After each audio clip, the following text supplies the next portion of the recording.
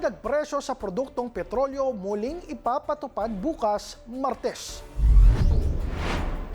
Sa magkakahiwalay na advisory, itataas ng mga kumpanya ng langis ang presyo ng gasolina ng 1 peso and 20 centavos kada litro, ang diesel ng 60 centavos kada litro at kerosene ng 60 centavos kada litro.